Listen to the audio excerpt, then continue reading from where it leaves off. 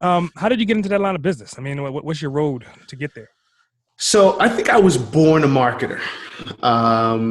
I remember as a kid, you know, I went to Catholic school and they used to give us a box of chocolate to go sell, and you have, you know, 60 days to sell like, you know, 2 or 3 boxes of chocolate, and it would be the 59th day and I hadn't sold one yet.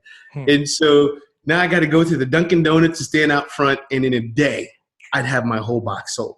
Where everyone else, it took them the whole 60 days and they were struggling.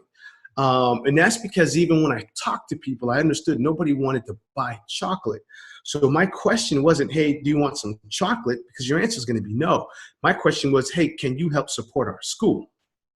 Nice. And the chocolate was just a vehicle to get that support. So even as a kid, I knew the right language to use.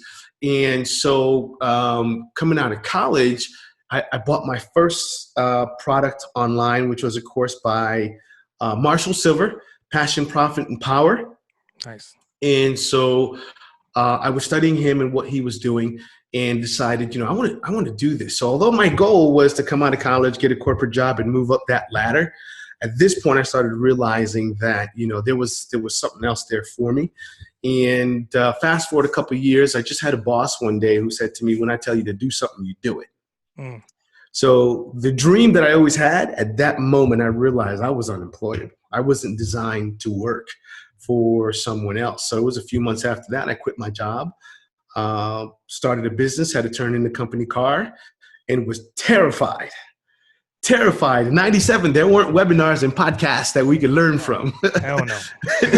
So not. It was trial and error. But I'm going to tell you what, when you do something that you love, what happens is the money will follow. And I didn't understand what that meant, because people used to say that all the time. And what I learned is when you're doing something you love, you're not doing it for the money. And because you love it, you keep doing it. And eventually you start to get good enough that money starts to follow.